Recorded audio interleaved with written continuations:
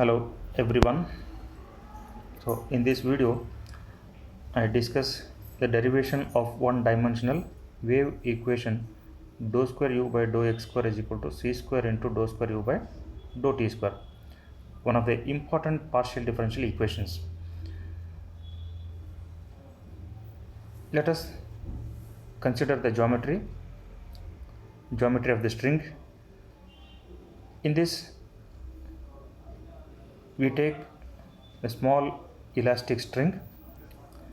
The string is fixed at 2 points, at x equal to 0 and at x equal to L. The string is tightly fixed at 2 points, that is at x equal to 0 and at x equal to L. And the string is plucked at 2 points, two of its points at A and B, and allow it to vibrate. It performs vibrations in the vertical direction, and the vibrations or deflections can be calculated by this equation. Vibrations or deflections of the string at any point of time can be calculated by this equation, or any phenomenon that is associated with the wavy phenomenon can be best represented by this equation. Wave phenomenon can be best represented by this equation. So in this, u is connected with two variables x and t and is called one-dimensional wave equation. And you may ask, why one-dimensional as u involves x and t? Because in this, x is the only space variable, and t is time variable. It's a time quantity. Time is also independent, x is also independent. Since x is the only space variable, it is called one-dimensional wave equation. Okay. And in the derivation of wave equation, we consider three things, or we derive the equation under the assumptions 1, 2, 3. The assumptions are the tension T of the string is same throughout. That means the mass by volume of the string is same. So uniform string, homogeneous string. This is called homogeneous. Mass by volume is constant throughout the string. So the tension of the string is same throughout. Number 2, the effect of gravity can be neglected due to large tension. Okay, since the string is tightly stressed between 2 points, the gravity is neglected. The effect of gravity is neglected. And number 3, the motion of the string is small transverse vibrations. Okay, so you pluck the string and allow it to vibrate. Okay, so the string performs vibrations in the vertical directions. Okay, so to do the proof, to do the derivation, in the derivation we consider three things. Number 1, horizontal components or horizontal forces, vertical forces, and Newton's second law of motion. We consider its horizontal components or its horizontal forces, we consider its vertical forces, and Newton's second law of motion. So these three help us to derive the wave equation. First of all, let T1 and T2 be the tensions at the points A and B.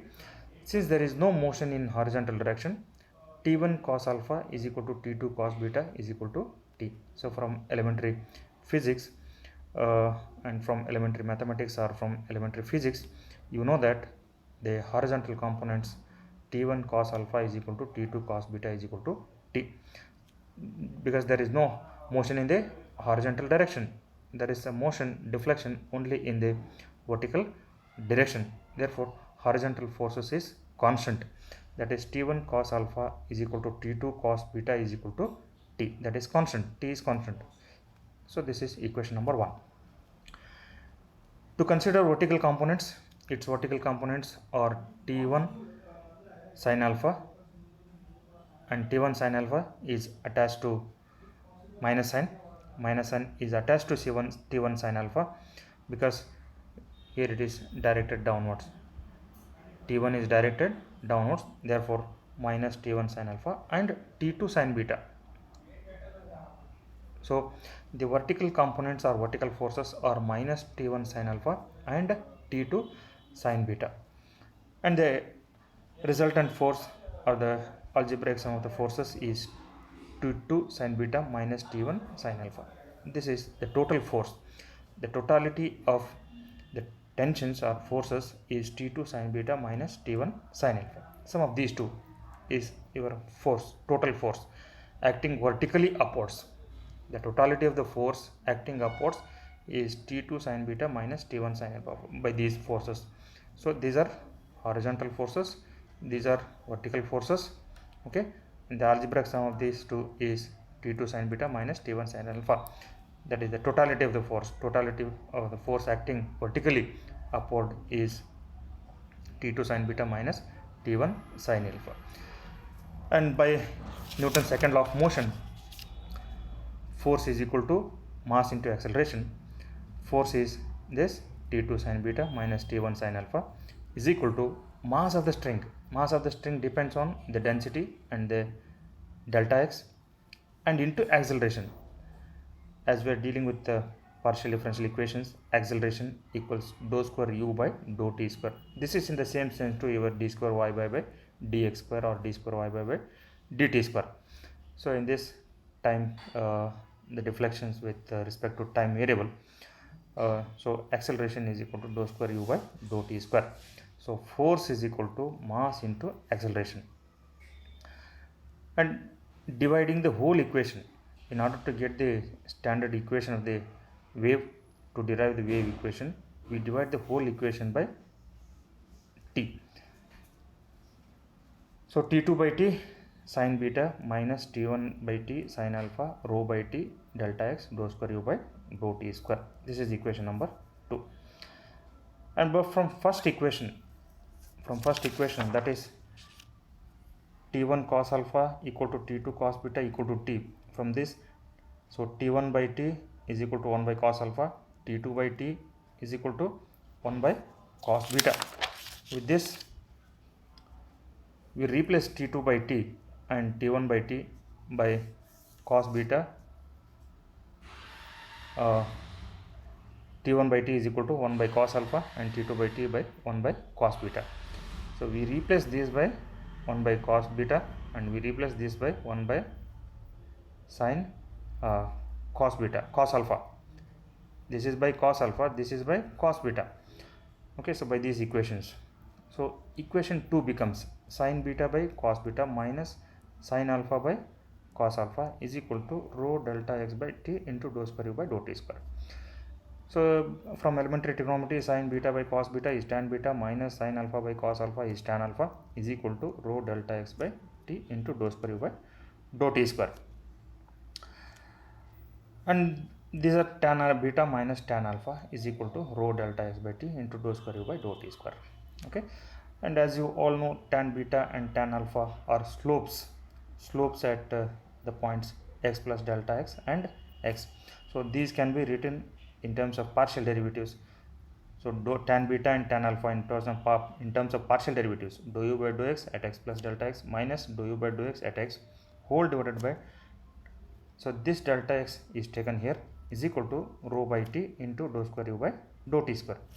And applying limit as delta x tends to 0, this becomes dou square u by dou x square. From partial differentiation definition, this is nothing but dou square u by dou x square is equal to rho by t is equal to c square. I replace rho by t by c square into dou square u by dou t square. You may ask why rho by t is equal to c square. To say that this constant is positive, we take rho by t is equal to c square. So dou square u by dou x square is equal to c square into dou square u by dou t square. So this is the derivation of a one-dimensional wave equation, and one-dimensional wave equation is dou square u by dou x square is equal to c square into dou square u by dou t square, and its solution is uxt. Deflections of the string deflections of the string is uxt. Its solution is uxt. Okay, and the deflections of the string at any point of time can be calculated by this equation. And in this we have two conditions, initial conditions and boundary conditions. Initial conditions are ux0 is equal to f of x. These are initial conditions, and these are boundary conditions. These are called boundary conditions. Okay, because the string is fixed at 2 points, ux0 at time t equal to 0 and uxl ult at x equal to 0 and at x equal to l. First, the string is fixed at 2 points, at x equal to 0 and at x equal to l. Okay, so these are boundary conditions, and these conditions depend on the form of the string, that is u at x equal to 0 at time t equal to 0. There is a function of x, so is equal to f of x, and this depends on the initial velocity of the particle along the string, that is dou u by dou t at time t equal to 0 is equal to gx, some other function of x. So in this you find two conditions, initial conditions and boundary conditions. These are boundary conditions, these are initial conditions. Boundary conditions depend on the initial shape of the string and the velocity. Okay, velocity at time t equal to 0 is equal to f of x. These are initial conditions, these are boundary conditions. 0t, u0t equal to 0, initial deflection is 0, that is boundary conditions. Boundary conditions u0t at x equal to 0, at x equal to l. Okay, there are no any deflections initially, there are no any deflections, so u0t equal to 0 and ult equal to 0. So initial conditions and boundary conditions. So here I have put arrow mark for initial conditions and boundary conditions. Okay, and next, one dimensional heat equation.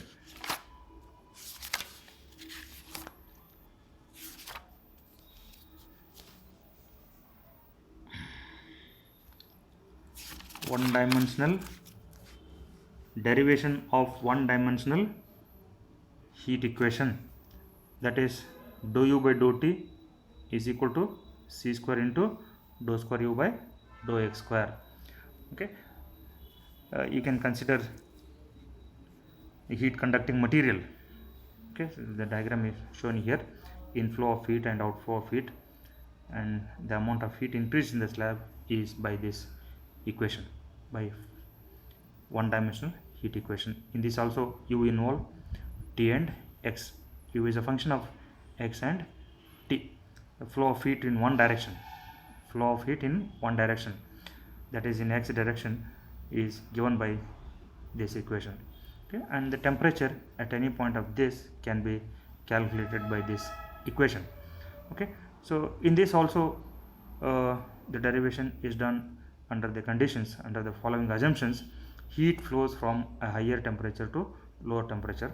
So this is true from thermodynamics, and from thermodynamics we know that heat always flow from a higher temperature to lower temperature. And number two, the amount of heat in a body is proportional to its mass and temperature, And number three, the rate of heat flow across an area is proportional to the area and to the temperature gradient normal to the area, where the constant of proportionality K is called the thermal conductivity. So this is inflow of heat, this is outflow of heat. Okay, so let uxt be the temperature of a slab at a distance x from O. Let delta U be the change in the temperature in the slab of thickness. So to derive the heat equation, the mass of the element is A rho delta x. The quantity of heat stored in this slab, the quantity of heat stored in the slab is A rho S delta X into delta U. Heat stored in the slab depends on the area, on the density of the conducting material, on the specific heat. S means specific heat into delta X, change in X, into temperature change.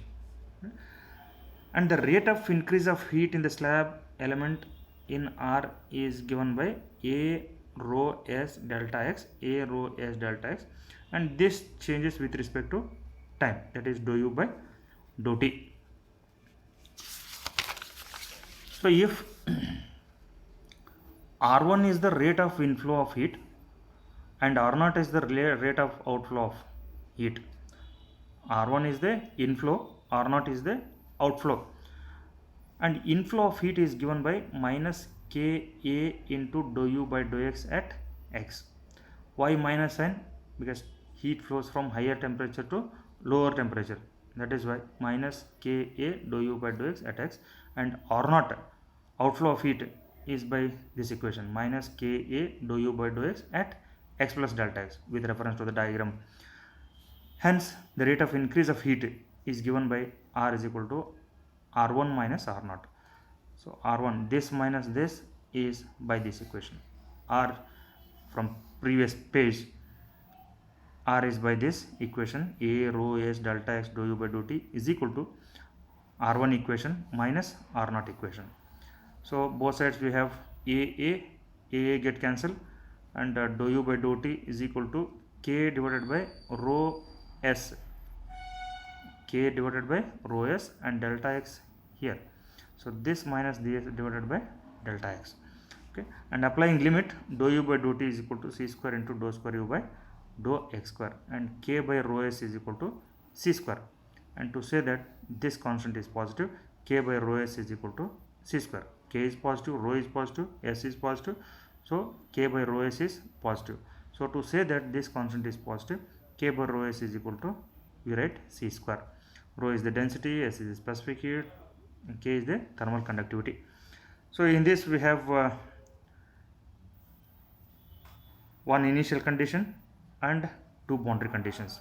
In wave equation we find two initial conditions and two boundary conditions, whereas in heat equation, in one dimensional heat equation, we find one initial condition and two boundary conditions. So U0T, temperature at x equal to 0 is 0, and temperature at x equal to L is 0. So these are boundary conditions. These are same as the wave equation conditions. And in this initial condition is only U at x, temperature at time t equal to 0, U x 0 equal to f of x, it's a function of x, and at time t equal to 0 is f of x. Okay. And this is how we derive the heat equation, one dimensional heat equation. Thank you.